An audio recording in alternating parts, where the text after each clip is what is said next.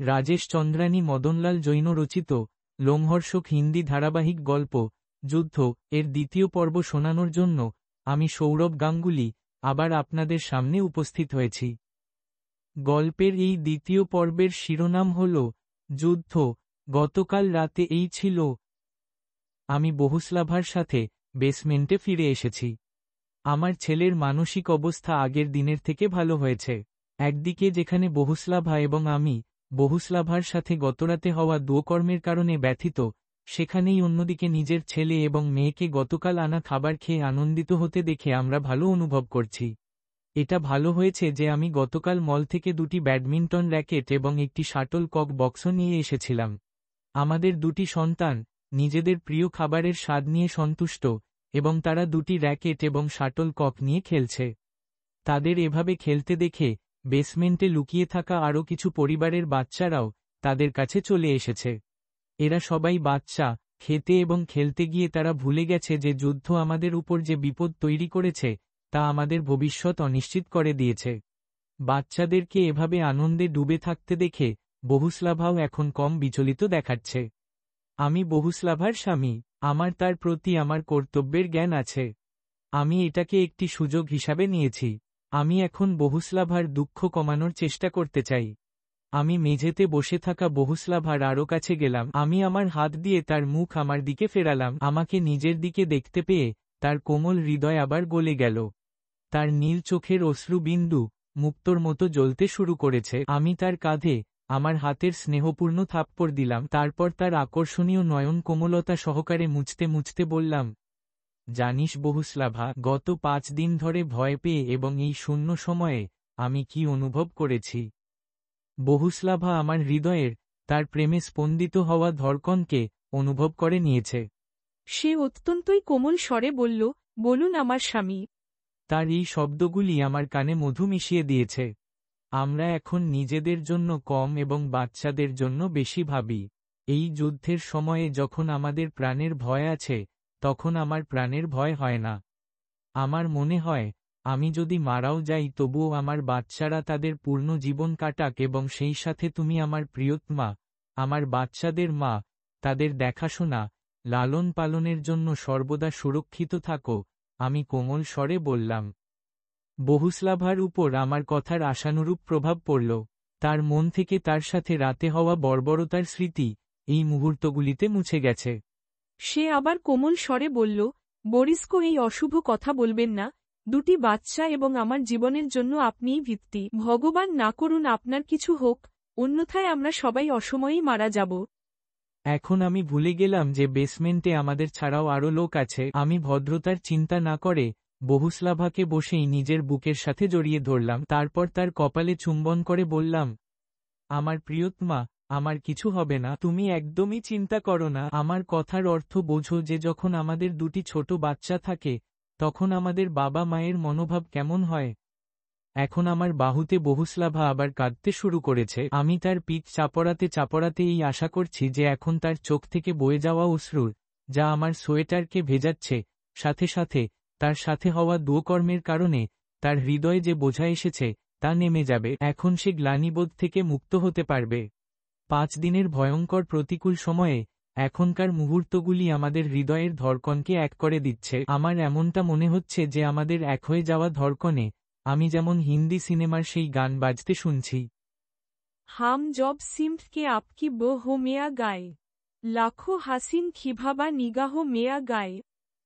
এখন আমি বাজি ধরে বলতে পারি, কঠিন থেকে কঠিন সময়েও মানুষকে আনন্দিত করার কিছু মুহূর্ত মিলেই যায়।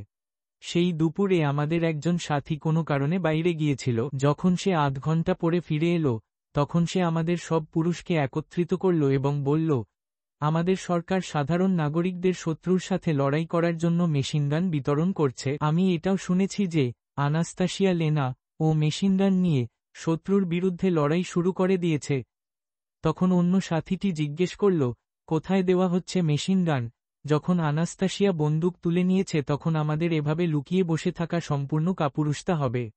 তার কথাগুলি সবার মধ্যে জোশ ভরে দিয়েছে। এখন অন্য একজন ব্যক্তি বলছে, চলো সাথীরা আমরাও মেশিনগান তুলে নিই, অন্যথায় আমাদের রোজ রাতে আমাদের স্ত্রীদের উপর হওয়া ধর্ষণ সহ্য করতে হবে। নিরস্ত্রভাবে শত্রু সৈন্যদের প্রতিরোধ করার অর্থ আমাদের জীবন হারিয়ে ফেলা। যদি আমাদের মরতেই হয় তবে আমরা কাপুরুষের মতো নয়, বীরের মতো মরব।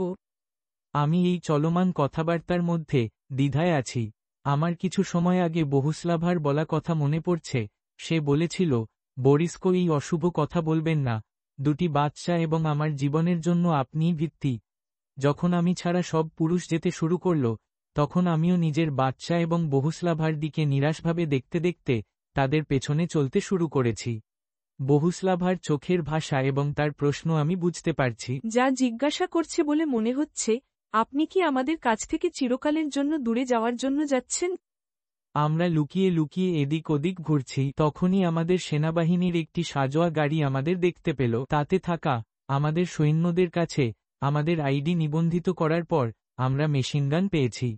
আমাদের বলা হয়েছে যে আমরা রাতে সতর্ক থাকব। আজ রাতে বিপুল সংখ্যক শত্রু সৈন্যদের কাছ থেকে আমাদের উপর আক্রমণ হওয়ার আশঙ্কা রয়েছে। আমরা মেশিনগান নিয়ে বেসমেন্টে ফিরে এসেছি। বহুস্লাভা আমাদের সবার কাছে মেশিনগান দেখে এই সম্পর্কে জিজ্ঞাসা করল। আমি তাকে এই সম্পর্কে বিস্তারিত জানালাম। আমার কথা শোনার পর সে বলল, বরিস্কো, প্রয়োজন পড়লে আমি সামনে যাব। আপনার বেঁচে থাকা বাচ্চাদের জন্য আমার থেকে বেশি প্রয়োজন। আমি সেই রেপিস্টকে খুঁজে মারব, যে গতকাল রাতে আমাকে মাটিতে ফেলে দিয়ে আমার সাথে জোরজবরদস্তি করেছে। আমি হেসে বললাম, তুমি মেশিনগান ভালোভাবে তুলতেও পারবে না, চালানো তো দূরের কথা, এবং তুমি আমাকে এটাও বলো যে সেই কর্মকারীকে তুমি কিভাবে চিনতে পারবে? বহুস্লাভা চিন্তিত স্বরে বলল, আপনিও তো কখনো মেশিনগান চালাননি। আমি ঠোঁটে একটি দুঃখী হাসি এনে বললাম, আমার মাথার উপরে যখন মৃত্যু ঘোরাঘুরি করবে তখন এটি নিজে থেকেই চলবে। বহুস্লাভার চোখে চিন্তা স্পষ্ট দেখা যাচ্ছে। তার উপর ধর্ষণের দুঃখ ছোট হয়েছে, আমার উপর আশঙ্কা এখন তাকে আরও চিন্তায় ফেলছে। সেই রাতে হুইস্কি রাখা থাকা সত্ত্বেও আমাদের মধ্যে কেউ তাকে স্পর্শও করেনি। বেসমেন্টে অন্ধকার, বাচ্চা এবং মহিলারা ঘুমোচ্ছে। আমরা 6 জন পুরুষ মেশিনগান ধরে সতর্ক আছি। গভীর রাতে একসঙ্গে কিছু লোকের পদধ্বনি আমরা বেসমেন্টের সিঁড়িতে শুনতে পেলাম। আমরা দেখলাম 6-7 জন লোক মেশিনগান নিয়ে এবং টর্চের আলোতে দেখতে দেখতে ঘুমিয়ে থাকা আমাদের মহিলাদের দিকে এগোচ্ছে। আমাদের ভালোভাবে লক্ষ্য করতে আসে না, তবুও আমরা এলোপাথারি ফায়ার শুরু করে দিয়েছি। আক্রমণকারী সৈন্যরা ফিরে পালাতে শুরু করেছে। তাদের মধ্যে কয়েকজন গুলি খেয়েছে, কয়েকজন পালাতে সফল হয়েছে। তাদের হাত থেকে পড়া টর্চ তুলে আমরা সব দিকে আলো ফেললাম, তখন দেখলাম 2টি লোক মৃত পড়ে আছে, বাকিরা পালিয়ে গেছে। আলোতে দেখে আমরা সবাই অবাক হয়েছি। এই দুজনই শত্রুর সৈন্য নয়, তাদের মধ্যে একজনকে আমি চিনি, সে শহরের একজন কুখ্যাত গুন্ডা, অন্যজনও আমাদের মতোই কোনো নাগরিক। ইতিমধ্যে মহিলা এবং বাচ্চারা উঠে সবাই আমাদের চারপাশে এসে গেছে। টর্চের পড়া আলোতে দেখে বহুস্লাভা একটি লাশের কাছে গেছে। সে তাকে 2টি লাথি মেরেছে। তারপর আমার দিকে দেখতে দেখতে সে বলছে, বরিস্কো, গতকাল রাতে এই ছিল। দ্বিতীয় পর্ব সমাপ্ত।